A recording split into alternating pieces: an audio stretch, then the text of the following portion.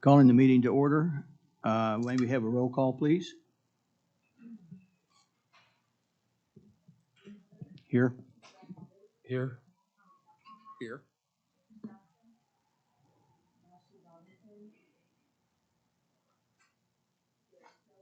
Here. Here. Here. Thank you. The notice of this meeting was properly posted on April 10th, 2026. If I could ask Paul to lead us in the Pledge of Allegiance, please. I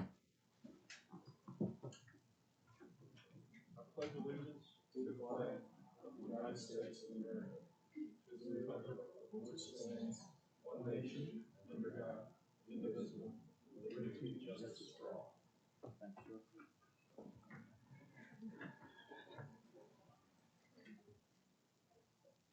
First item to talk about is approval of the minutes from the April 2nd meeting.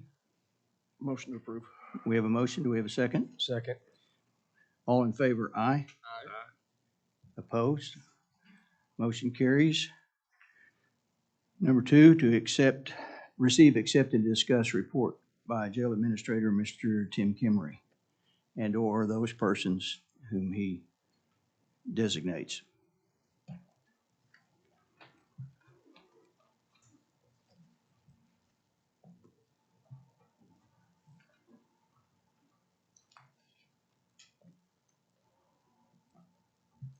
All right, good afternoon, trust members. This is going to be our March update. Let's go to our next slide. First thing I want to do is obviously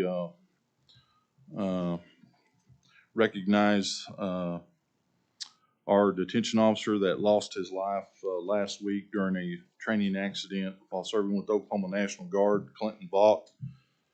This happened at Fort Benning, Georgia. And I can tell you that I personally knew him, and he was a graduate out of one of the academies that I ran. He was a very, very good person. He was committed. He was a dedicated employee. I don't think he ever missed any work. He did everything that we asked of him to do, and this is a very personal loss for us at the center. So we want to remember him and his family in our prayers. But he'll be sorely missed. And also want to, it's not on here, but also the family of Trooper Vernon Brake, who come on the highway patrol just a couple of years before I retired. I didn't know him that well. I knew who he was, but our thoughts and prayers go out to him and also to the mother and to her young daughter, who also lost their lives in that tragic accident on I-35 last week. Okay, so our personnel cost controls that are currently undergoing, obviously we no longer are paying out overtime. All of that has been converted into comp time. Any stipends that we had have all been canceled with the exception of medical. Medical are still able to accrue their overtime. And also there are no longer any complimentary meals that are being paid for by us. Mr. Kimmery, when do those cost controls go into effect? They went into oh gosh, Paul, it's been about 2-3 weeks ago. Okay. So we had one payment that just went out for the last stipend overtime that just got issued this pay period. That's it. After that, there will be no more overtime. Some operational reductions. Cost is obviously any expenditure that doesn't directly impact inmate operations is being denied. We're currently not reordering a lot of supplies and things like that, clothing for both inmate and employees. We're going to buy as long as we can without purchasing a lot of those items. Next slide. Okay, our average daily population, we're currently today at about 1460. We're running just a little bit higher than what we did last month. I will point out that we have 69 jail and sentenced inmates. That's a good number. That's a very, very low. This time last year, we had 161 JNSs, so we've almost reduced that by 100 folks. However, I say that is some good news. The bad news is we've notified by DOC today that we will not have any chain pulls this week, so we won't have anybody going to DOC this week. That's per DOC, not us. You can see that currently 2026 so far, we're about 1446, our average daily population. We're a little bit lower than we were last year, a little bit higher than we were in 24, but that's kind of within our standard number that we've been running. Our current employee count, we currently have 345 today. That's from today. 55 of those are medical staff. Okay, our commissary update. Of course, as you know, we plan on bringing commissary back in-house. So we've currently been doing a lot of construction, or actually deconstruction. We had to take down an office and some walls that were up, and we're getting that all cleaned up. We're anticipating, hopefully, by July the 1st, certainly, to have our commissary up and running. So we're in continual negotiations with folks as far as suppliers and things like that. But so far, things have been going pretty good. So we're hoping, like I said, to have our own commissary up and running by July 1st. We'll tell you that so far we started doing putting vapes, e-cigarettes on our commissary list. Those obviously have been selling pretty well. And so far, we've been doing that for about 20 days, and we've almost sold 1,000 of those. We also have some new radios that are built for corrections, and they're see-through and all that stuff. They don't have a battery. You wind them up. So we've also been see how those would sell, and actually quite a few of those have matter of fact, we sold out. We purchased, I think, 24 or 30 of them, something like that. They sold out pretty quick. We're hoping, we're projecting, not going to know exactly for sure, but we're hoping that we can generate about $500,000 extra dollars a year on commissary update, new items that we have on our commissary. Right, next slide. Our Detention Officer Academy is scheduled to start on May 4th. So far, we're sitting right about 25. We're shooting for about 35. We're kind of running out of time. We've only got a couple more weeks to get those people in, get them processed, get them tested. But we're hoping that the 35 that we get, of course, you don't ever know. You get folks in there, you don't know how long they're going to stay, but we're hoping to graduate, hopefully around 25, between 25 and 30. Just our criminal investigations that we got going on. We had 30 cases opened up in March. We had 3 staff assaults. That's an inmate that's assaulted one of our detention officers. We had a total of 7 charges that were filed. We do have 1 death investigation that is ongoing. That is for Sheila Prince. That was an unfortunate incident. And again, I'd like to offer our condolences to her family and her friends. Anytime there is a death, I've said this before, I'll say it again. It is extremely unfortunate. I take it personal. The staff takes it personal. I can assure you that we're doing everything we can to stop this from happening. We've done a pretty good job so far. I'm proud of our efforts, but as you can tell, you can't ever sit back and rest on your laurels, because one of these things is going to happen. So that is currently under investigation, and it'll probably be another 6 months or so before we get a medical examiner's report to figure out exactly what happened to her. We do have some ongoing investigations. Some of those deal with Cash App. Inmates use Cash App as part of their criminal enterprise upstairs. So a lot of that is going on. We are continuing to do our facility-wide contraband searches throughout all of the cells, receiving area, and places like that. So through these efforts, it's really helped us in knocking down the contraband that we have in the jail. And again, we have to stay on top of that. These are just some of the items that we've found in our recent searches in our cells. We have had a little bit of a reduction in personnel.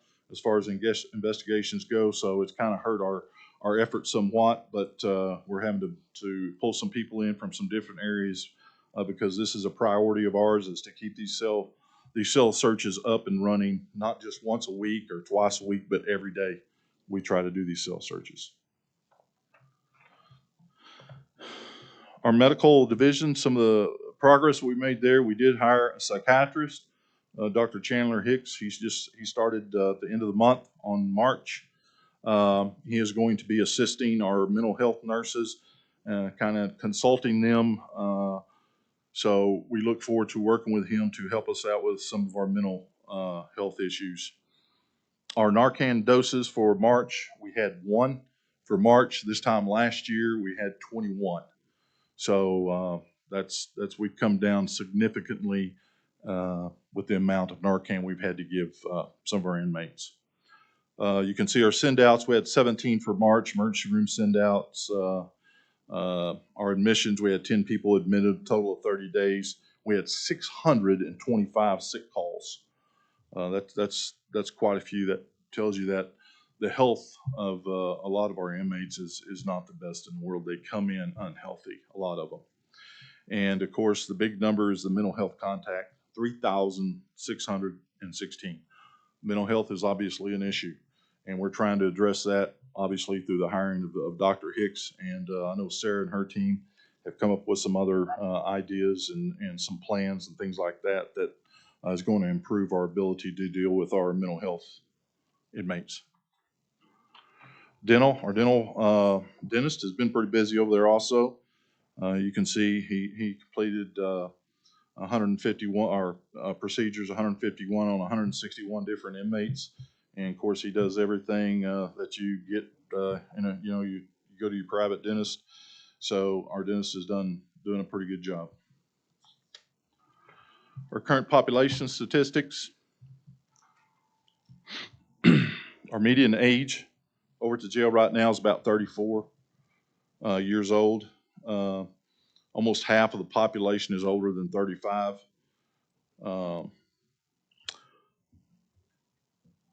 The national jail average is 34, so we're actually right on top of that.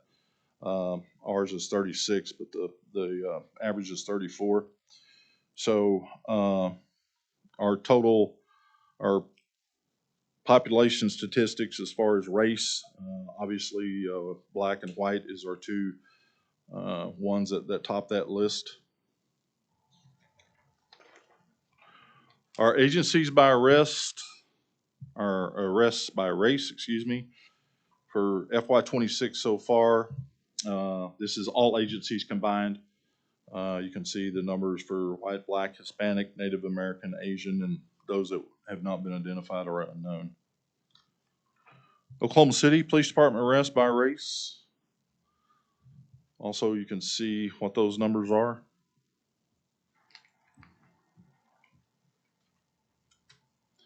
We go to Edmond Police Department. Their numbers are listed there.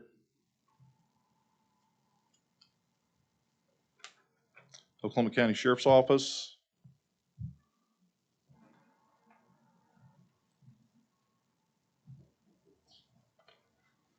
Let's go to OCPD March bookings. We had a total for March 1,434. Out of the 582, 529 were released in under 10 hours. So we're making real good progress on getting people in there and getting them out under 10 hours. 53 of those had a greater than 10-hour release time because they had additional municipal court or other charges. So we've really done a good job, or a better job on getting people that are being brought in, getting them processed and getting them out in a timely fashion. Our arresting agencies, our top 5, obviously Oklahoma City, Oklahoma County, OHP, Edmond PD, and of course us, OCDC. And that basically, when we're on there, that consists of people that come in surrender, or walkthroughs, things like that. Okay, our total bookings. This is for the first 9 months of 2026. We're kind of at at a trust error high there at 17,603. It's running obviously a little bit higher than 2025. 21 through 25 was pretty average, consistent. However, this year for some reason we're starting to run a little bit high on bookings. And the current charges, as far as population goes, we do have 136 residents that are in there for murder. 122 of those are male and 18 of those are female. There you see our criminal felonies, 1517, our criminal misdemeanors are 928. Our special housing classification, our averages for March, we have 203 per day. That's down 1 from February. Our mental health, that's up 9 from February. And our sentenced inmates is plus 14 from February. Our programs have resumed. We currently have a new group in there. Peace City has now come into the facility, and they were there last week taking a tour and getting accustomed to our operations. So we look forward to working with them. We are looking at, as we go forward, because we have so many programs, we're looking at maybe finding one entity that can come in and kind of supervise, organize, and kind of run these programs. A lot of the programs, some of the things that they do are repetitive from what others do. So we're looking at that, and we're going to try to cut some of that stuff out, but we're going to look at like a centralized program, someone that can come in and actually run that a little bit better. They would pay for the officers, for the detention officers. That would allow us to take the staff that we currently use for our programs and put them back onto the floors. So, okay, and that's all I have, with the exception of I have one last thing. As you know, we started this a couple months ago. We have some people here that have been instrumental. We've had a little bit of an uptick in situations that require immediate attention. Most of those have been possible potential overdoses, but we have some folks that I want to recognize that that will be given a life-saving award. Chloe Collins, Morgan Loudermilk, Sophia Rowland, and Moses Minwara. All those, and Brittany Tyler, those have been instrumental in saving people's lives. And we don't give these out or just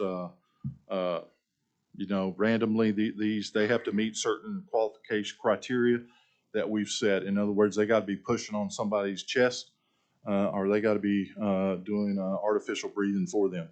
So they've done this, and we've been able to revive several folks and get them the medical help that they needed and actually save their lives. I think we have 2 people that are actually here, Joshua Suleiman and Taryn Prince. Are they here? Hey, could y'all stand up? I apologize, we don't have certificates, but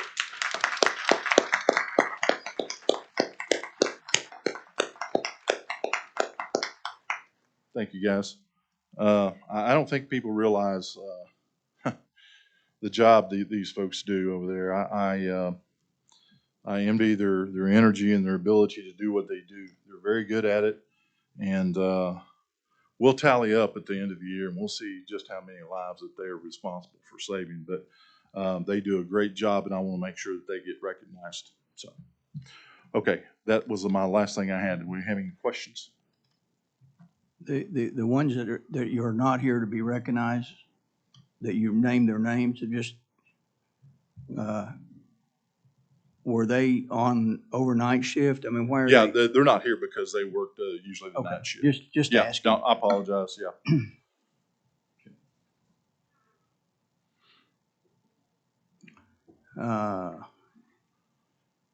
Any comments? Few questions. Thank you for the report.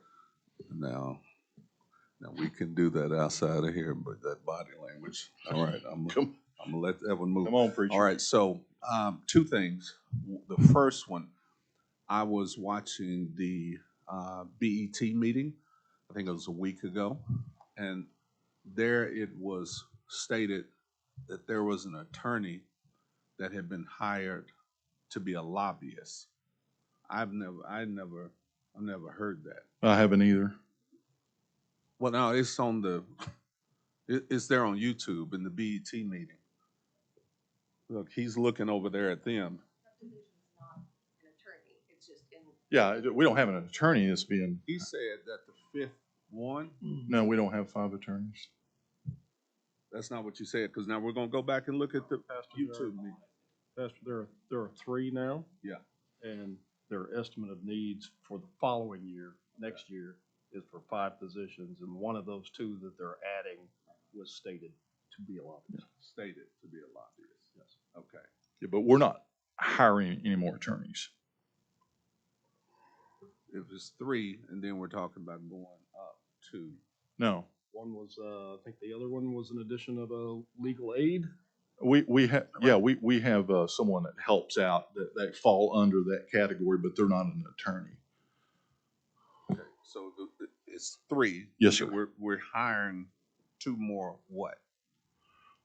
No, one was for a lobbyist, a part-time lobbyist One what? One person. legal assistant? No. Or an attorney? No. No, what? I'm asking. Pastor, I'm sorry, we don't have an attorney. I really don't. I just asked what the person that's going to be hired as a lobbyist. Are they just a person? Are they an Yeah, no, attorney? we're going to, depending on whether it's budgeted, we'll bring them in and interview them. We're going to look for one. We put it in the budget. We don't have somebody identified. Look for one. What? As in a legal assistant or an attorney or just a lobbyist? We have one that's a lobbyist, okay, and we have one under the legal column that is probably a paralegal or something, but not an attorney. Okay. So have we hired this lobbyist? Because No. Okay. And so when we do hire the lobbyist, okay, if we hire this lobbyist, it's gonna be an attorney that's gonna be in that No. position? Okay, just some random person with whatever background that could take care of being. Well, if they have the qualifications, yeah. Okay, Yes. okay, But just let me make clear, we have 3 attorneys and we're not hiring any more attorneys. okay. So the second thing is, I was reading the Oklahoman this morning, and the sheriff's department has given, I guess, a 30-day something saying that they're ending the transportation for the detainees. So how are you gonna get the detainees over to the courthouse? Well, we've received that and we're currently looking at what our options are on how we're going to deal with that. Okay. 30 days is coming pretty quickly. It is. We're gonna be able to put something in place. Yes, sir. Mr. Scobie? Yeah. We received that after this agenda was posted, so it couldn't be part of this meeting. We're gonna have to call a special meeting to deal with that. Well, it's just that it was public in the. Right, in but the I'm just Oklahoma. saying, as far as this board is concerned, we can't make it part of today's agenda Yeah, this because, board, but I was asking, because the report is there, so I was just asking, do we have something that you're working on? Yes, sir. Just a brief opportunity to comment. With all things being said, and certainly looking financially at the situation, and having individuals, commissioners, current jail trust board members who have all approached me about this is a cost savings measure for the jail. It was made aware that they could do it at a cheaper rate should the jail be able to should the jail take on this responsibility. And understanding financially where the jail's at, I felt like our office, we going to give them the opportunity to do that and save money. What I will say is we're not going to send you out the door and not offer assistance. Our guys and gals stand by waiting. I also have 4 vehicles that we are going to donate to your office. We use those every day. 2017, 4 vehicles, 30,000 miles. They have been maintained. Like I said, we currently use them today. They met all the maintenance. We are going to give those to you guys so that you can utilize those. This is no way, shape, or form to try to stick it to the jail trust. It is a way to look out financially for the institution. You know, and to be good partners in it, like I've always said we were going to try to be. And so our guys remain ready and waiting to help get you guys coordinated and understand kind of the flow as it goes into it. And I thought this was a great move, not only for the jail trust, but it also provides us ability to provide more security at the courthouse. So it, and then obviously, like I said, with the request, it made sense. So we just went ahead and made the move. Thank you, Sheriff, for that offer. We appreciate Last thing I have that. to say, since the sheriff said that, and then I believe it was Cody Compton that sat there. I guess it was the last meeting. Then our vice chair stated what he did about that. It seems that it could be done for a lot less. And then our former county commissioner, District 3, attacked our sheriff about it. And I wish none of that would have ever happened, because I don't think we would be here of telling our county sheriff that in essence he was taking money. I want to make sure people understand that $800,000 was in essence a pass-through from the budget board to the detention center / really jail trust to take care of transportation. So at no time was the sheriff's department, and I think people need to know this because it was all public, that the sheriff's department at no time tried to take advantage of the trust. When we moved into a trust, we moved into the sheriff's shoes, and it is up to us. Really, the sheriff was just simply a contract laborer providing a service. So now he's done, not he, the sheriff's office, they're done. So therefore, that $800,000 that the budget board allocated, then we just need to go find someone for that. I wish that we wouldn't have attacked, you didn't. I wish we would not have attacked our sheriff, and I don't think we would be here. Thanks, Sheriff, by the way, you look good in civies. Wear those a little bit more. Anyone else? Yes, sir. On the $500,000 on commissary, is that net or gross? That's net. That's net? Yes. That's your net estimate? Yes. Okay. And one quick question, I might be the only one intrigued by this. On the Narcan administrations, after administration of Narcan, do we do post-review to see if it was a warranted administration based upon opioid presence? Yes, we do. So what we see on the report then is on-point administration of Narcan. Yes. And I'm not asking as a criticism, because believe me, at that moment, I certainly want every precaution taken. It was just a curiosity. I will say, the detention officers carry Narcan, so sometimes unresponsive, they may administer it before. If they're unresponsive, that's kind of our first go-to. So sometimes those are administered, and it turns out not to be an opioid issue. Follow-up statement, Mr. Chairman. Yeah, hear me. There was no criticism and an inquiry about that. That was simply my curiosity about administration that was led to the event that caused the individual to be in distress. Yes. Thank you. Anyone else? Thank you, Mr. Kimmery. Thank you. We need a motion to accept the report Motion to receive the report from item number 2. and a second. We have a motion and a second. All in favor, aye. Aye. Opposed? Motion carries. Item 3 really was already covered by Mr. Kimmery in his report. Just that we want to say again, congratulations to you all for what you did. It's appreciated, and it's easy not to acknowledge that, so I appreciate the opportunity. Item 4, receive, accept, and discuss report regarding income statements, financial reports, and current budget. Ms. Hampton. Thank you. Good afternoon. Hello, everyone. So we're going to take a look at March 2026. Total revenue for the month of March was $3,711,101. Budgeted was $3,237,137. So we were, excuse me, above budget by about $473,965. And this is due to the payment that we received from the Oklahoma City Police Department for the first 7 months of their boarding for this fiscal year. Let's see, some other notable differences. State prisoner boarding was just prisoner boarding. Sorry, excuse me. Was below budget. Sorry, by $6,532. Telephone revenue of $88,334 was below budget by $1,667. Commissary revenue was $44,318 and was below budget by $682. Let's see.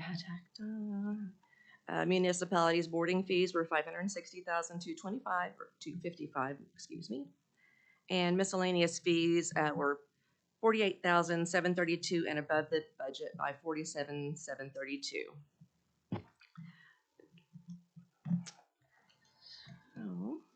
So we'll look at the expenses. Total expenses for March were $3,720,424. A favorable variance to the budget of $195,527. Salaries, wages, and benefits totaled $2,403,770 and were below budget by $110,183. Our detainee prescription and off-site medical care was $258,725 and was below budget by $1,275. Professional service legal fees were $4,268. Professional service medical fees, were $75,830, which was above budget by $74,532 or $530, and that's due to the contract medical staff that we have to pull in to help do our checks. Let's see. Did I say that right?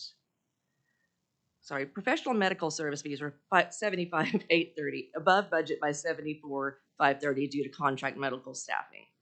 The other one, professional service other, was above budget by $147,451, and we paid Vimed the contract staffing for safety checks totaling $164,871. So in summary, jail operations produced a net loss of $9,322. So not too bad of a month. Does anyone have any questions? Questions? Comments?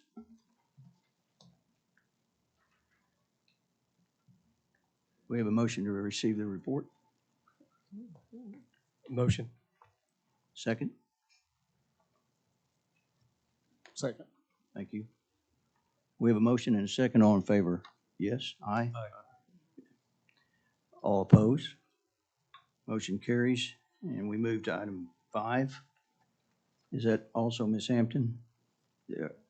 Any questions on the invoices? I have a couple. In the aging accounts receivable,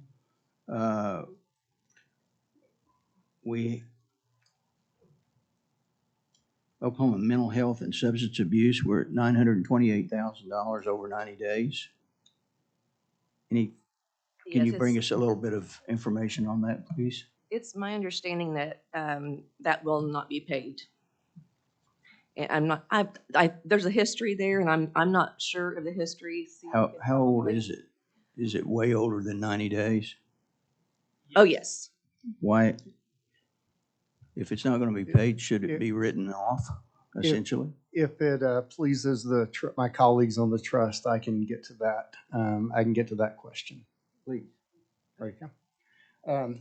As a matter of statute, the Department of Corrections is accountable to paying for detainees who have been sentenced to their custody for the services rendered. Some time ago, the trust began to report as a receivable comparable payments that would be due from the Oklahoma Department of Mental Health and Substance Abuse Services for those individuals who are awaiting transport to the Oklahoma Forensic Center in Veneta. It is indeed very likely that that will be reimbursed. That was a decision of policy for us to publicly list that at some point. At some point, this trust might want to more strongly assert that the trust via the detention center should be reimbursed for those. Classification for somebody awaiting evaluation at the forensic center is very different than a individual who has been sentenced to DOC. But nonetheless, it is our county that is supporting the room and board of an individual who has become a ward of the state. Thank you, sir. So we can talk about this and see if there's what remedies, if any, we can take. Thank you. Anything else? Any other questions?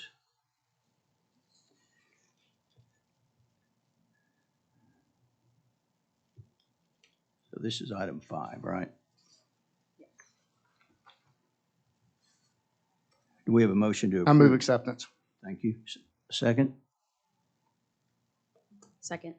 We have a motion and a second to accept the invoices and claims. All in favor, aye. Aye. Opposed, same sign. Thank you. Motion carries. Number 6, as you all know, this trust approved a consulting report, and for lack of a better way to describe it, from the McDaniels Company, and they are here. Mr. Sean McDaniels is here from McDaniels Consulting Group to give us a report. Give us a report on his report, and for the members, you have a full report that we provided for you. This is just abbreviated version of it. Thank you, Mr. Good. McDaniel. Greetings, Mr. Holman, members of the trust. It's a pleasure to be with you tonight. And just to echo what Mr. Holman said, there is in front of you, there's a roughly 250-page final report. And this is high level, so as we go through this, just keep in mind that there's a context that you have in front of you. And so we're going to go pretty rapidly. The pace will be pretty quick, and I'd be happy to answer questions that you have. So several months ago, we were asked by this trust in this room to conduct an evaluation of the operations of the jail. And so we got in and did it a multitude of ways. I want to walk you through the process. I want to walk you through what our findings or some of our findings were, and then look at a gap analysis. So basically, we're going to give you a real-time as possible, accurate look at the operations of the jail. We have a peer group of county jails that we studied and created standards. And so the gap analysis tells us from where you are to where the model is, what are the things that you might need to consider. So we hope that this is some sort of a positive roadmap for you. And it may not be, and that's certainly up to the decision makers here around the horseshoe. So executive summary is what will kick us off. And as denoted by the title, this is simply a summary of the 250 pages. And so as we go through this, there's some key things that I want to point out. The first thing you'll see at the very top is the majority of operational strain at the detention center is structural. So when we think about gaps and when we think about shortcomings, we think about things like structural gaps. We may look at behavioral gaps. So people are lazy, people don't show up, people don't work hard. And what we found was that the gaps that exist in the Oklahoma County Detention Center are structural. It's how the system is built. It really doesn't have a lot to do, although in every organization we know that there are people that may not meet the standard, individuals, but as a system, the gaps that we saw were structural gaps. It's how the system is built. If you look at the bottom three, you'll see that the model for detention stability, and this is based on a ton of research. This is based on evidence that is produced out there in the research world. In order to maintain stability in a detention center specifically, there are three things that we looked at. One is there protected funding?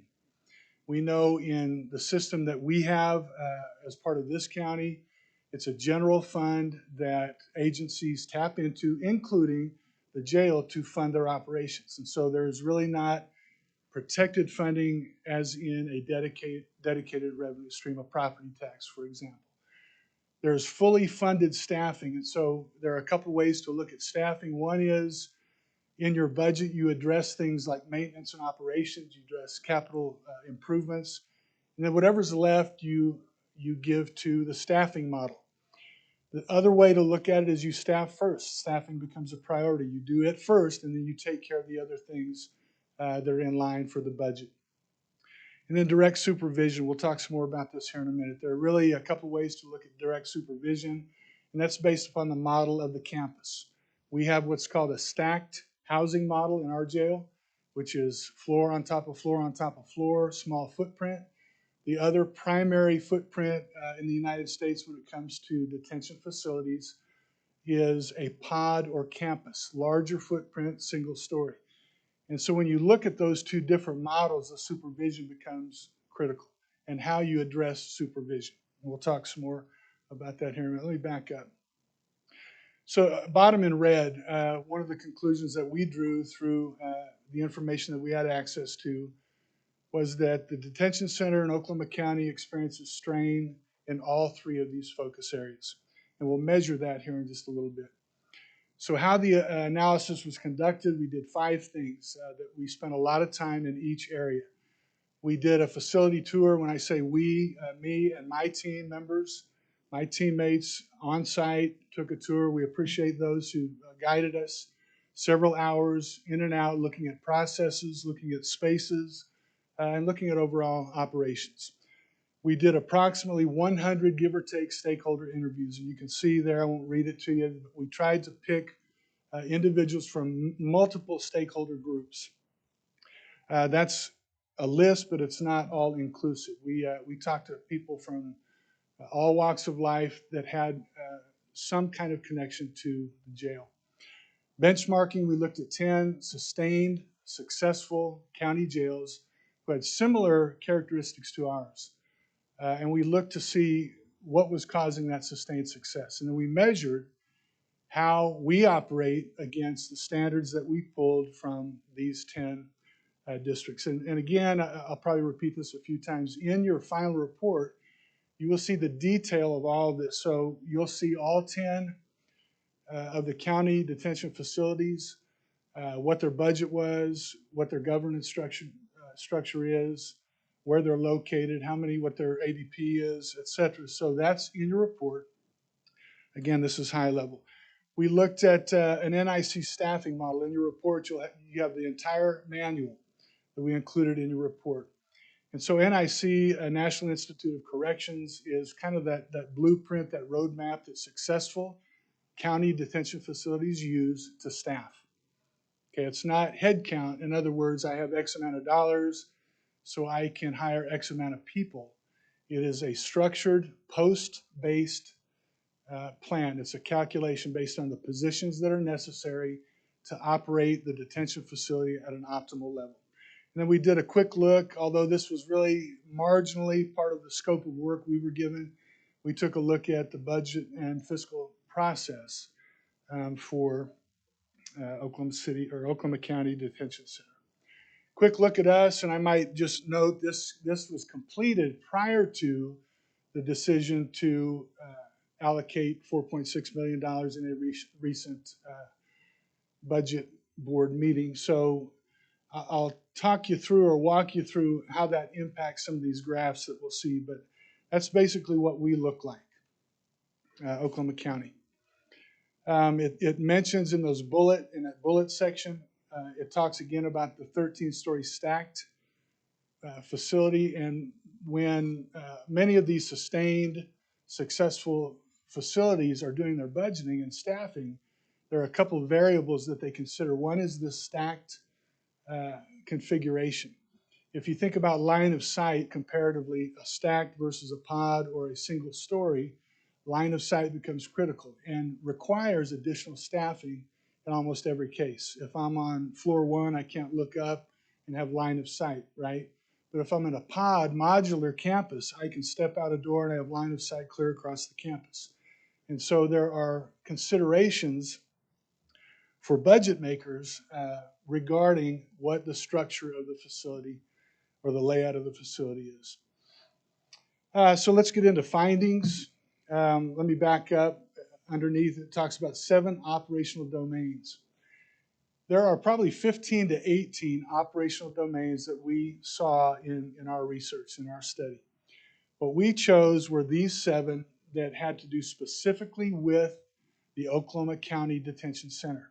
We could have done an exhaustive 15 domain study, but what we found was that some of them really were fringe domains with regard to the particular county jail that we're studying. So we landed on these, and you can read these.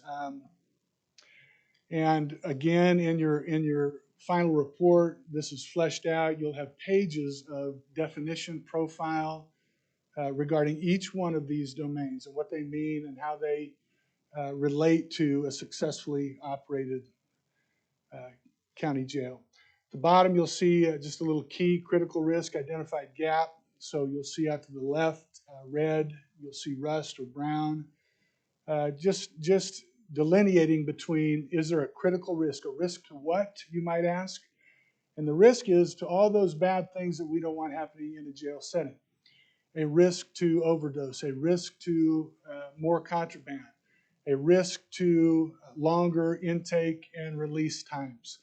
So as these things work, the risk goes down. When these things don't work well, the risk of those things goes up.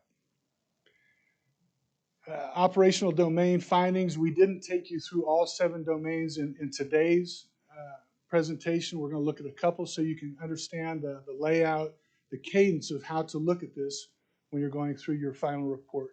So staffing and supervision is probably, if not the most critical of the domains. It's right up there, 1 or 2.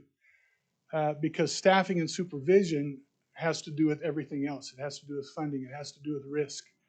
It has to do with recruitment and retention. Everything that you can talk about with regard to staffing and supervision is related to whether you're functioning at a high level or not so high in a detention center. So I want to highlight a couple of these on the left: staffing and supervision, NIC, National Institute of Corrections, methodology. Here's what we see when we look at the manual.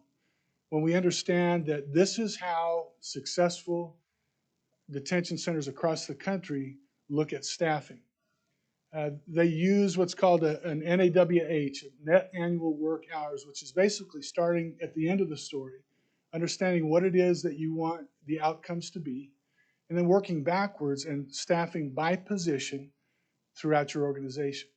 There's also a protected staffing mechanism, post-based deployment, accounts for vacation, sick leave, training, and leave categories. So we would call this a relief factor. I know I'm getting deep here, but this will be good context when you have an opportunity to read the final report. A relief factor accounts for leave.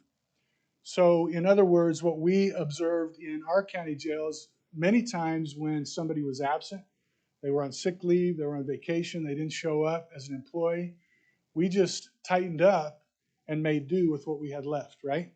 A relief factor builds into your personnel for those leave opportunities. So if somebody's out for whatever reason, we have somebody who may be called a rover, for example, who can fill into the position that's been vacated, and we don't lose any supervision.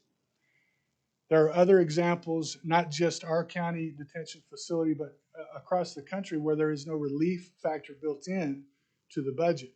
And so you have what you have. If somebody's out for any reason, and I know that Tim probably, if I asked him, would have a percentage of absenteeism per day. Let's say it's 20%. I think I saw you're right around 300, not counting medical, so 60 people gone every single day. If a relief factor is not built in, you just do without 60 people and you begin moving people around in the organization to try and do the best you can for supervision. And that is anti-NIC. NIC says don't do that. Go over to the right, key strain indicators. We said earlier that there is enormous strain on the organization in the three areas that we think are critical. So I've got some numbers here. Salary and wages year to date. 59% of the total budget is dedicated to salary and wages in the Oklahoma County Detention Center. The national average is between 70 and 80. In our 10 model facilities, it's 80 plus, so it's 80 to 88. We're at 59%. So what are the other things that make up the budget of the Oklahoma County Detention Center? Well, it's the things that you see it in the budget presentation. It's maintenance, it's operations, it's capital expenditures. Those are the three main areas that would make up the remainder of the budget. And under operations, you then have your line items of all the things that would be categorized as maintenance and or operations. Overtime, salaries, we have a number based on the information we acquired from you. Part-time wages, 127% over budget. Workers' comp over budget. Chronic understaffing, which then turns into some of those other problem areas that we've discussed. Chronic understaffing because of chronic underfunding results in contraband, all those things, right? So what this tells us when you look at overtime salaries, part-time wages, what it appears based on our study is that overtime and part-time become part of the model, your personnel model, where one might argue, and we can see it in some of these other successful facilities, it is additional to, it's not part of the structure of your funding or part of the structure of your operations. So overtime is not counted on. It is simply, if we need it on those rare instances, we will grab overtime and we'll have a fund, a line item for that. What it appears to be in our situation is that's part of the model, that we count on overtime to get people in position, okay? Let me back up. So again, we talked about structural issues versus behavioral. Now we're talking about structural, that the issues that exist are not episodic, meaning, oops, it's a mistake this month, we'll correct it, next month it won't be like this anymore. Structural means this is how it's built. What we see is a result of how we built it. That's what a structural deficiency would tell us. Some quick budget comparisons. You'll see Oklahoma County Detention Center to the right, third from the right in the yellow. And then you'll see the total budgets, all-in budgets for the various exemplars that we used to compare ourselves to. So along the left side, you'll see all-in budget. And then along the bottom, you'll see the 10 plus Oklahoma County as far as the profiles, the different organizations we looked at. To the right, key budget facts. If we look at an average per inmate, we spend $28,259. If you add the $4.6 million that was recently provided to the jail trust, that takes the $28,259 to just under $30,000. So now plug the new number in. Did it make a difference? Doesn't look like it. You're still pretty close to where you are right now from that visual. 41.1 again is now 45.7. The key statistic of the exemplar facilities, Oklahoma County has the second highest capacity. The highest capacity facility is Pinellas County Jail, which is the second to the left. So here's a budget comparison by capacity. So we look at total number of beds or the capacity, which is 2,900 plus. Here, let's look at a different way to look at it. So an average daily population. And it's right around 1,500 at the time that we concluded the study. So again, if you change the 41.1 million to the 45.7, where you see us, where that red box is, it bumps it, but not enough to move it ahead of anybody else. So the 4 on the left, Franklin County, Pinellas County, Tulsa County, Jefferson County, all have a very similar average daily population to Oklahoma County. But you can see the contrast or the comparison with budgets. Okay. We then took our, and I'll fly through this, we took our 10 exemplar detention facilities and we looked at where they were at their strongest. And then we looked at how we do things in each of these tiers, and that's where the gap analysis came from. So you'll see that a number of county detention facilities fall in each of these tiers. At the very bottom, you'll see success factors, again, taken from the literature, from the accreditation agencies. And these are the 8, we could call them goals, we could call them key performance indicators, they call them success factors. So let's take a look at these 8. And these are best practices that exist in every single one of the 10 that we looked at. Not suggesting, don't mean to suggest that you go to any other county jail in America and you'll find these things. You won't. We took the 10 that we thought, let's do a gap analysis against the 10 arguably most successful county jails in the country. And so here are best practices. Again, I won't read these, and each one of these has several pages of narrative and definition in your report. We just took out a statement to kind of give you a taste of what we were looking at. Number 6, you'll see several acronyms at the beginning. First 2 or 3 pages of your report, there's a glossary, and so you'll be able to pick up on what these acronyms stand for. But basically, in a nutshell, when you see these acronyms, and I'll point out a couple others, these are nationally accredited firms who come into jail facilities and say, you're doing this well, you're doing this well, you're doing this well, here you need some work, etc. So they accredit organizations, in this case, detention facilities. Okay, along the top you'll see the key. Red is gap, yellow or orange, I guess that is partial alignment, and then you'll see aligned. What jumps out at you probably is that you don't see any green here. And again, these are the success factors. If these are present in your facility routinely, then we will say they're aligned.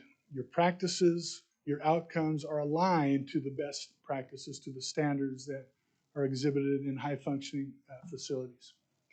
So I'll let you look through that real quickly. Again, on the right, the numbers, the monetary numbers will change a little bit based upon the 4 point.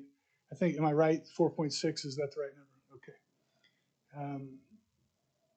So call out a couple things. On the partial mental health diversion, there's a lot of good work being done inside the detention facility.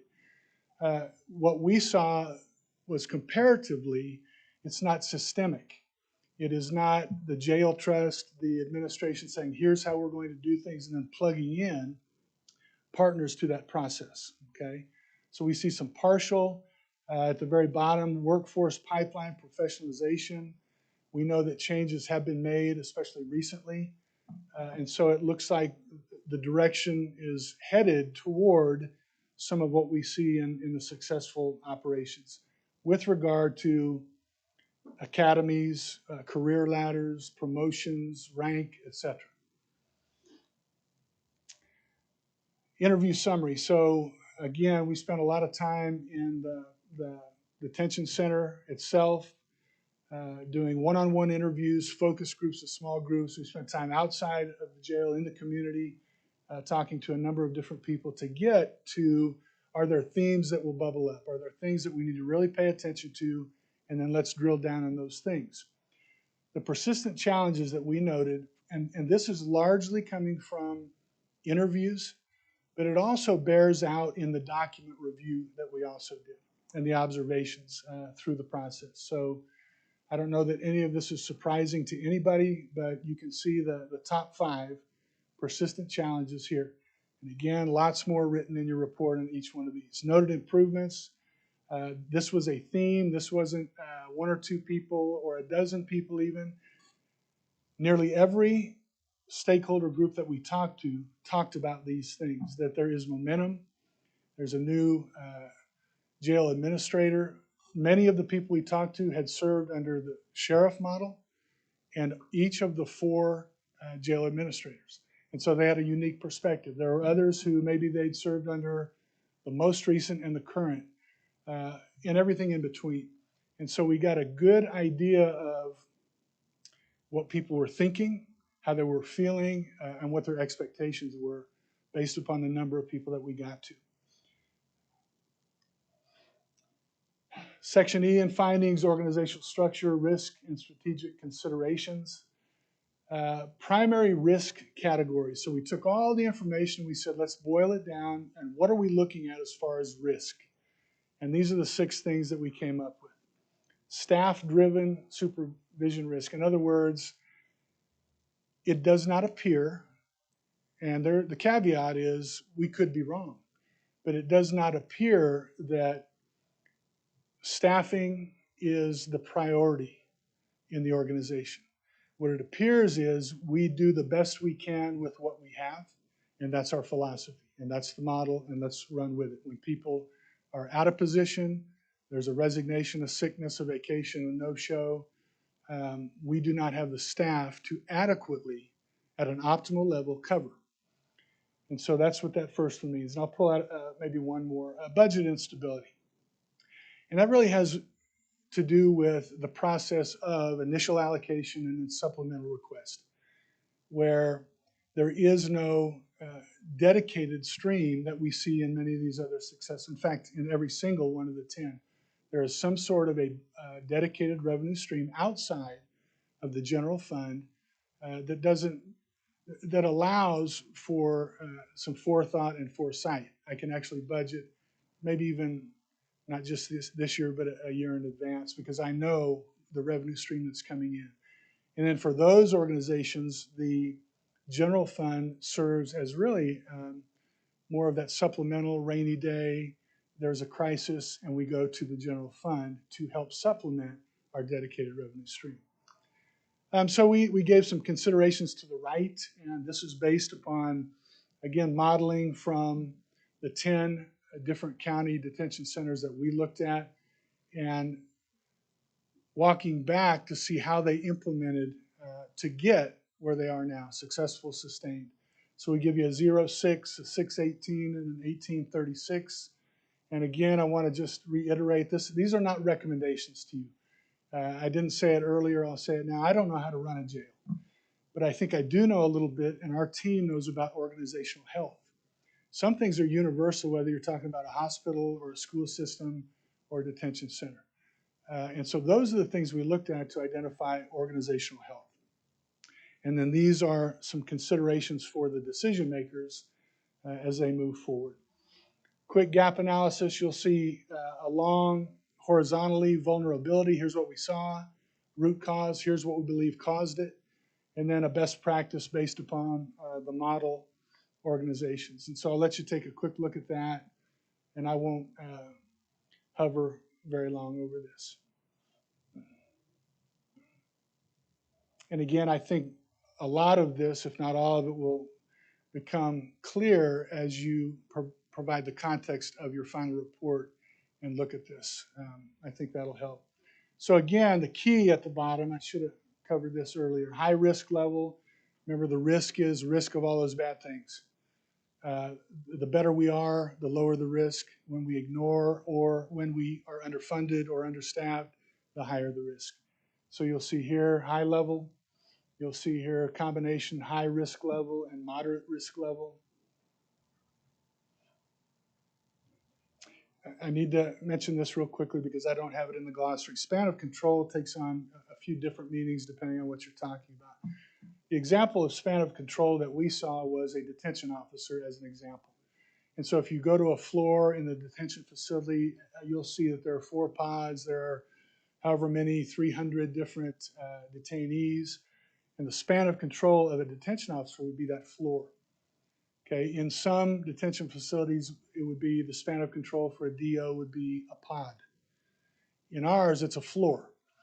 Additionally, we put another span of control hat on for a detention officer in our study, which would be if I'm a member of the crisis response team, I have another hat. I now include that in my span of control. Crisis happens, I do what I need to do, get coverage if I can, leave my post and go address the crisis. I'm also responsible as a DO at times to escort during med pass, to escort someone down to release, to get somebody from intake. So my span of control for a single individual is what I just described in our detention facility. Not every time, but that's something we did notice in our observation. So again, just additional domains, looking at the vulnerability, what's wrong, what caused it, and what can we do about it. Here are the conclusions, and I'm 2 slides away. Funding, so the conclusions, where we would say, based upon our document review, all the people we talked to, our observation, our comparison with best practices, here are the things that we would say maybe consider. Funding, staffing plans, protected supervision posts. Protected means I'm at a post, I'm at a position, and I don't move. This is critical. And if you call me away to go help somewhere else, we've just lost supervision. We've reduced our capacity to supervise at an optimal level. So protected posts simply means when I'm there, that's my job. I'm not called away to 13 different things to try and assist. Audit verification, internal, not relying on external people to come in and tell you how you're doing. You have an internal process that is systemic. It's built into the model where you know before anybody has to tell you, here are my strengths, my weaknesses, and here's our plan, etc. Path forward, we did not see a lack of effort. We did not see an absence of care. In fact, to the contrary, we saw employees in the detention center who are passionate about their jobs, who are committed to the work, who are proud of the work that they do. And caveat again, with some exceptions, right? This is not 100% of the people are, man, everybody's on board, everybody's 100%, everybody's passionate. But as an organization, this is what we saw. And that it is a structural issue, not behavioral, not episodic. And you're dealing with some pretty intense concepts when you talk about the physical plant that you're in, and then you talk about your funding model, which is not good or bad. We're identifying what it is. And then here's another way to do it that you can consider. And that's it. Seeing no questions, I think All right. So, I apologize for the time. I was hooking up trying to get through it. A lot of material. Thank you. Yeah. Any comments, questions?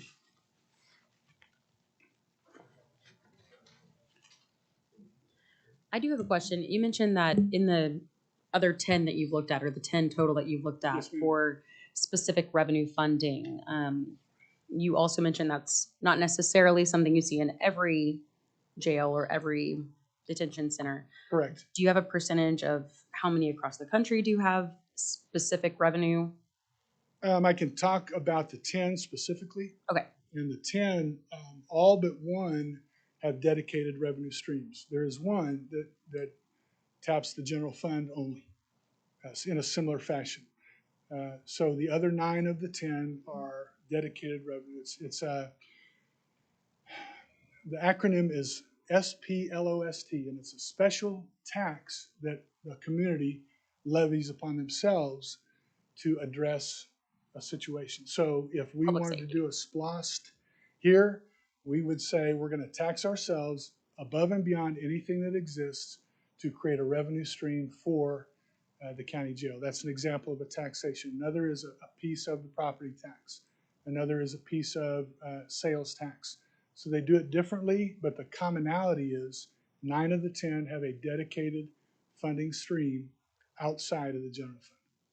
Would this NIC group have any information about kind of national standards versus just these 10? So NIC really speaks to staffing, Okay. but the others, and you'll see several other acronyms. So the Association of, the American Correctional Association, ACA, which is one of the primary accreditation groups that goes into county facilities and says yes or no. They would have lots of really good data.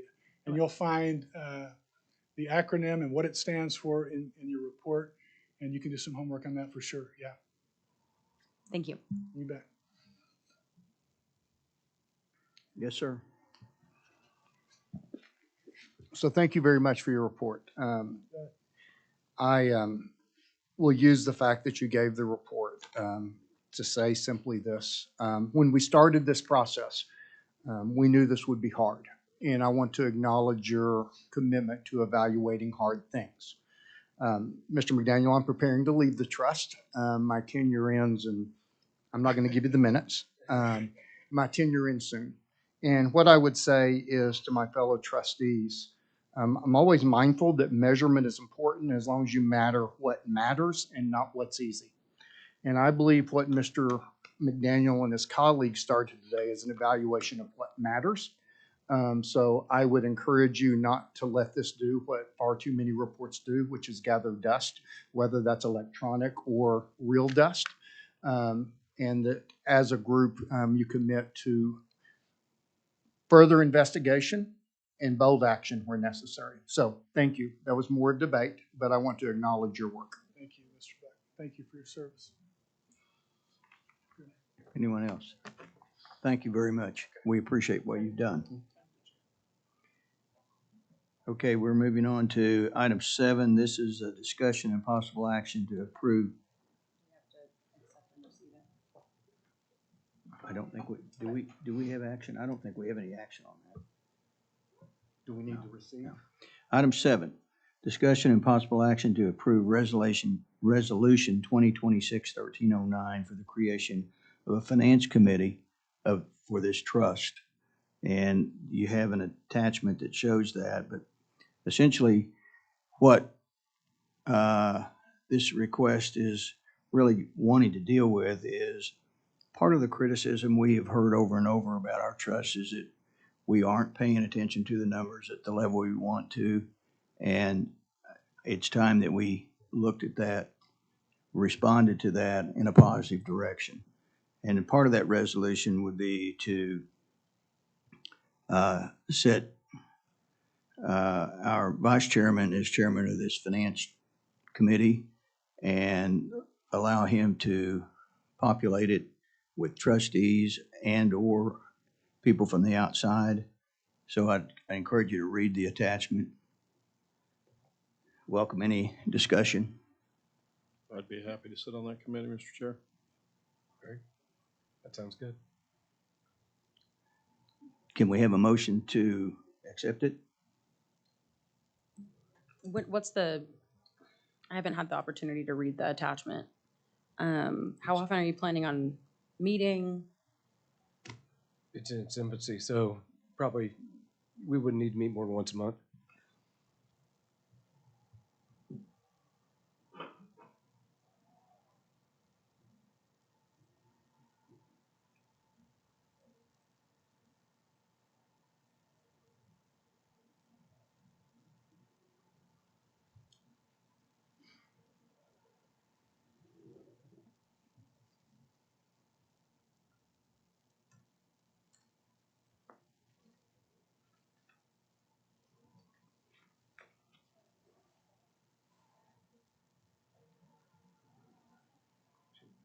So it would, in reading it, Mr. Chairman, you wouldn't be on it? No. Okay. No, I think when I set this up, I thought it would be better to not be on it, for me not to be on it. And that's why I was asking it to be chaired by our vice chair and then allow him to work with whomever is willing to serve and put it together in whatever form or fashion makes sense.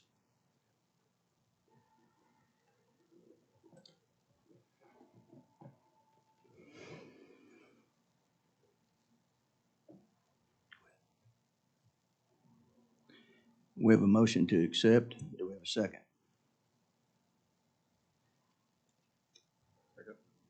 And a second. All in favor? Aye. Opposed? Motion carries, and we'll move on to number 8. Similar process behind this.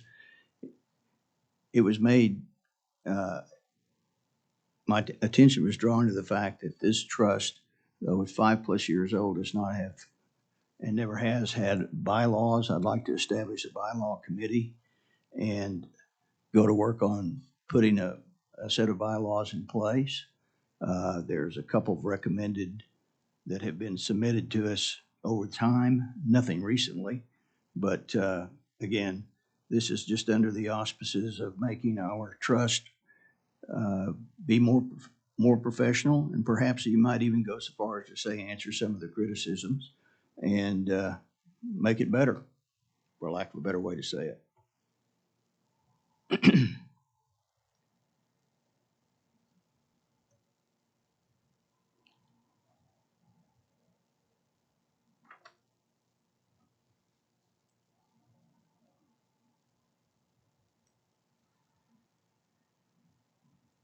Go for it.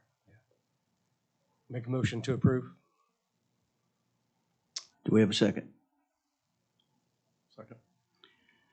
We have a motion and a second. All in favor, aye. Aye. Opposed? We will move on to number 9.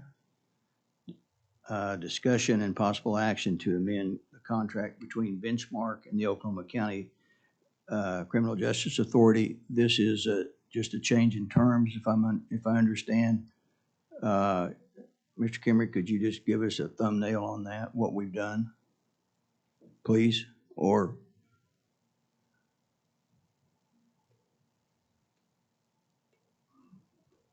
bottom line, it saves us money, right? Good afternoon. So that is that we sell a few items on the commissary that Benchmark will not get any proceeds from. We have worked together and they're allowing us to sell certain items on their commissary that we get all of the profit from. So that's just what that is. It's just an amendment to their original contract. And so what we would be approving is that we agree to save some money 100%, yes, for sir. the detention center. Questions, discussion? Do we have a motion? Motion approved. We have a motion. Do we have a second? All in favor? Did we get a second? Aye. Yeah, okay, sorry. All in favor, aye. Opposed? Same sign. One extension, Mr. Chairman. I abstained, I didn't hear the item, so Okay. Number 10, discussion possible action to approve a site-based learning affiliation agreement with Capella University. Mr. Chairman, this has to do with our medical, and I'm going to ask Sarah to come up here and she can explain exactly how this works. This is a no cost to the trust, to the jail, and it will actually help us. Good afternoon. So one of my goals as a HSA is to be able to work with other organizations, so a lot of schools, to be able to allow nurses or nursing students to be able to come in and get clinical hours. That is what this agreement will allow. So we're hoping to work with OU and some of the other outlining facilities, but Capella University is one. We actually have a nurse that is pursuing a higher level of education, so they're going to do some clinical hours with us, and that's what this agreement is for. Any concerns or questions? So if you get other universities to do this as well, would you feasibly be able to cut down on any of the nursing staffs that you'll have other people coming in to We do won't. those hours? No, we won't. That's a good Okay. question. The people that are doing their clinicals, they're not licensed or they're pursuing a different level of education. So, for example, if I have a LPN that's going to an RN and they're looking to do clinicals to get hours and patient contacts, that's what that would be for. Thank you. Any other questions?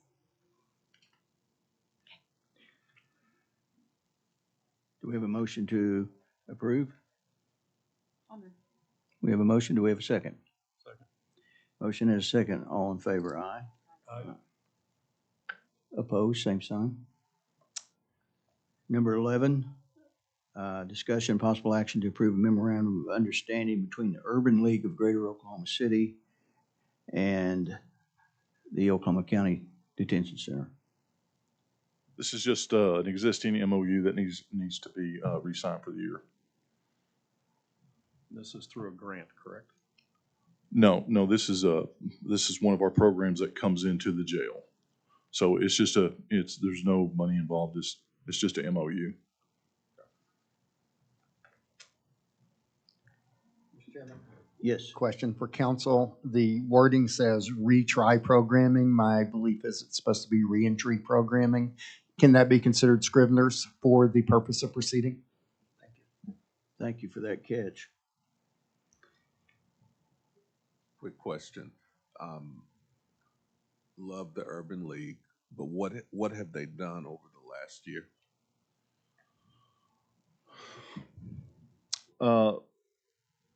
They haven't done a whole lot, but I think they're wanting to get a little bit more involved. There's some issues about the training part. People that come in, a lot of the programs don't understand that there are people that come in there has to go through the training. The Department of Health, the state requires a certain amount of training before you can have inmate contact. Some of those people that did come in and get trained, they left. So there was a consistency issue there on their part. But I've talked to Valerie over there, and I think they're going to try to do a little bit better job and try to get something a little bit more concrete so that they can start coming in. Thank you, Tim. The only reason I ask is obviously we're short-staffed, and we just want to make sure whomever is coming in, just that they're bringing something that is a benefit. That's it. Again, Yes, sir. Love the Urban League. Yes, sir.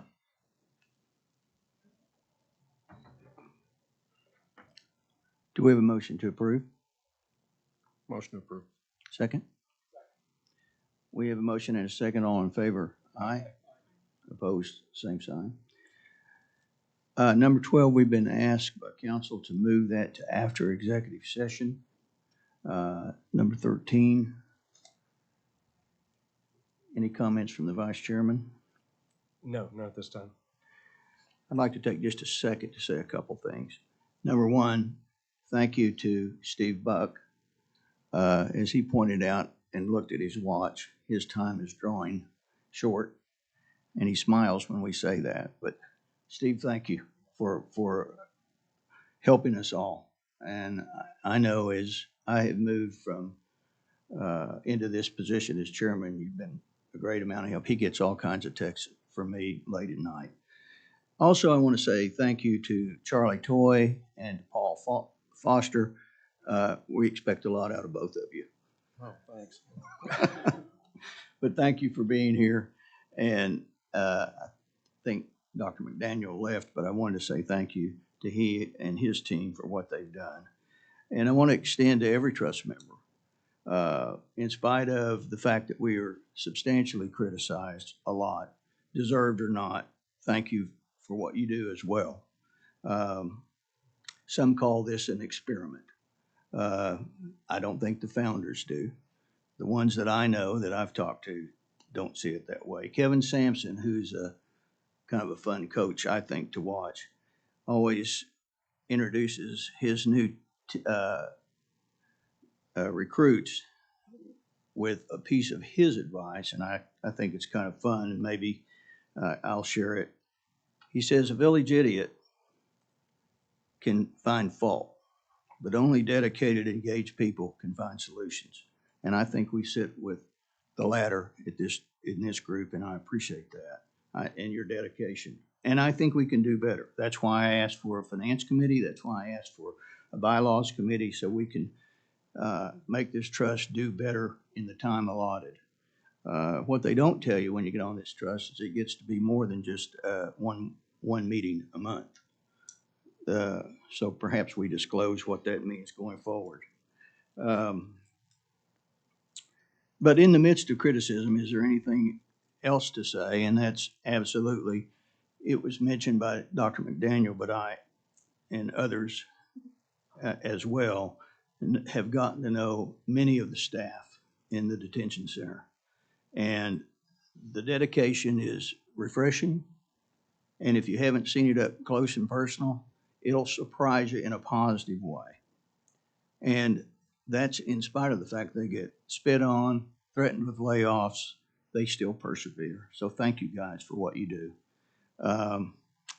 And I've said this before, I want to drop the curtain moving forward. I want this trust to do a better job of what it's supposed to be doing. I'm not necessarily jumping on the bandwagon of the criticism, but we've been criticized. We need to take that criticism when it's appropriate to be constructive and act upon it. And that's what I intend us to do. Maybe it's a new era for our group, our organization. It starts real simple. We don't have bed bugs anymore. The number of people that have perished in the jail is substantially reduced. It's not zero, but neither are hospitals or airplanes or cars or whatever. But we are certainly working to make it as low a number as it possibly can be. I know that because I've been there and watched it happen. And the long-term benefit of that is it avoids lawsuits, which I think is important to the stakeholders of the county, the taxpayers.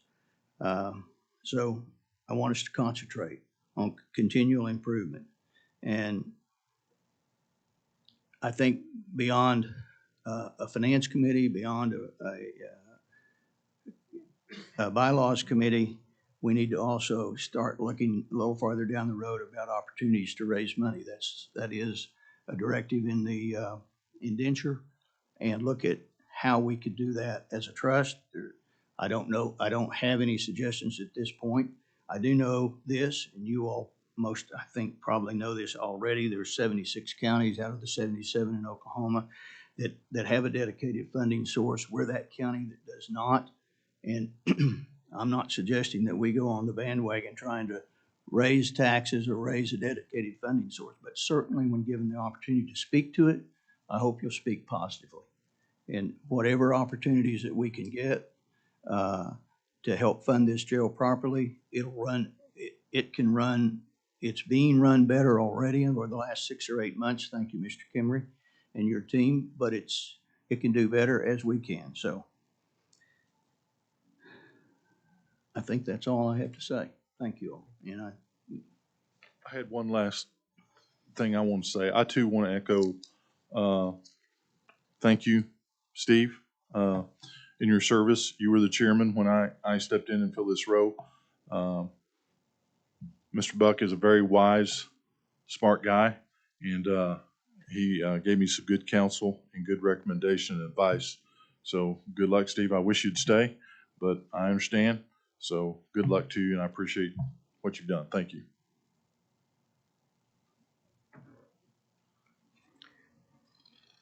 I think, are we ready to go to executive session? Item 14 is the Criminal Justice Authority Citizens Advisory Board, and Ms. Engel could not be here today, so we'll have her report in the next meeting. And number 15 is to talk about our next meeting, which is, regular meeting is May 11th. But I do believe we are trying to be more involved, and I'd like to entertain a special meeting, and I apologize for the ask, but to particularly a one-item meeting to deal with to deal with the sheriff's MOU, offer to cancel that MOU and make it a trust item and we couldn't get it on this agenda, or it would have already been on today. So my thoughts, your thoughts on that, on having a special meeting, perhaps Thursday afternoon? Yeah, Thursday would be a good day for me anyway. I'm seeing a couple yeses, Mr. Scobie. Oh, wait a minute, I'm on the wrong one. We can't do it without you. Oh, I can't be here, so good luck. What time were you thinking, Mr. Chair? We could be open on the time. We want to make it, I don't think it's a long meeting, Paul. Can you do it as late as 4 p.m.? 4 p.m. work for you? Me too. 4. Do we have a fifth, Terry? Okay. So we will have a special meeting this coming Thursday, 4 p.m. To Uh, I'm Ta- sure that it's okay with the clerk. I can see her face as if we gotta check. 4 o'clock, we should be all right. Okay. And I think now it's, I can have a motion to adjourn to executive session. First of all, Mr. Chair, motion to defer item 14 to the next meeting, or to the next regularly scheduled meeting. Okay. I didn't realize we needed action. Thank you for that catch. We have a motion to defer 14 to the next scheduled meeting, and a second. All in favor, aye. Aye. And opposed? Now, a motion to go to executive session, please. Motion to recess into executive session. We have that motion and a second. Second. It's at the end. That's the way the trust set it up. Who made the, Paul Foster.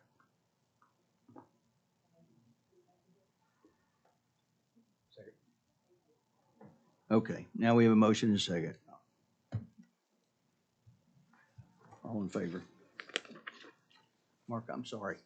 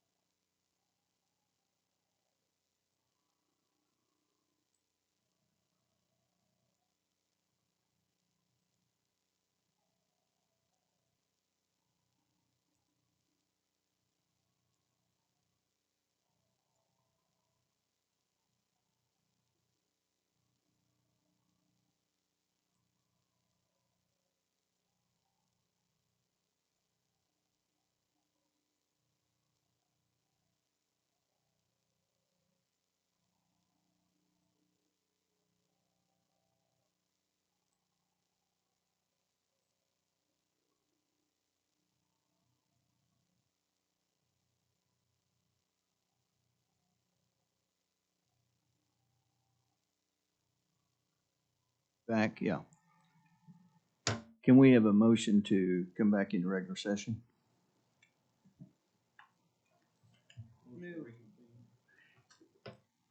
And a second? Can we have a motion second to reconvene? All in favor, aye? Aye. Okay, we'll go back to number 12. This is a discussion and possible action to approve resolution 2026-1314, choice of litigation. Where did Erin go? I thought I saw her. She was just in the back. And you just stepped out. I was going to just let her give us a quick reminder of what we'd be voting on.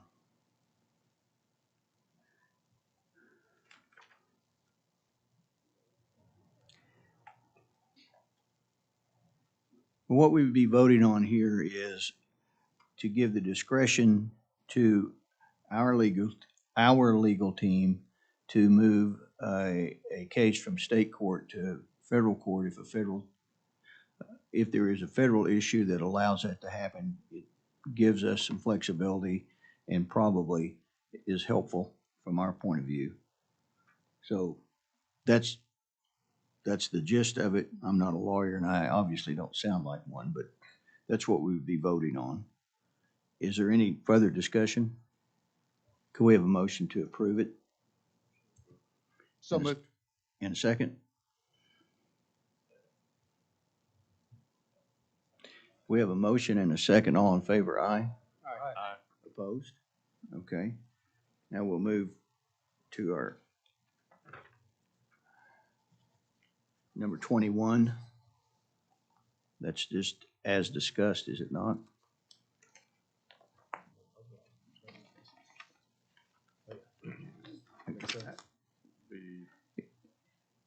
It was number 16 in executive session, now it's 21.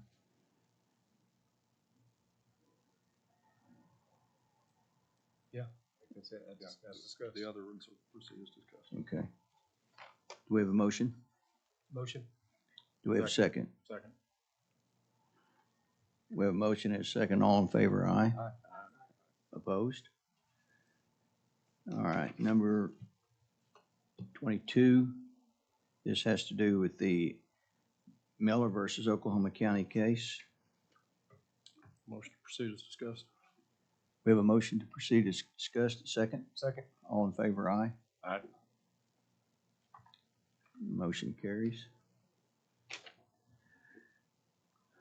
Number 23.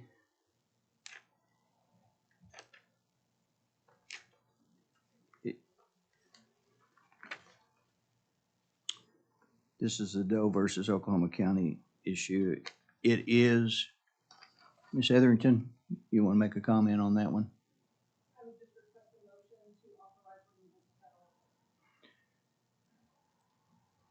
Do we have that motion to authorize to move this to federal court? So moved. We have a motion. Do we have a second? Second. Okay, we have a motion and a second. All in favor, aye? Aye. And number 24. This is the state of Lane versus Oklahoma County. Motion to proceed as discussed. We have a motion to proceed as discussed. A second? All in favor? Do we have a second? Sorry.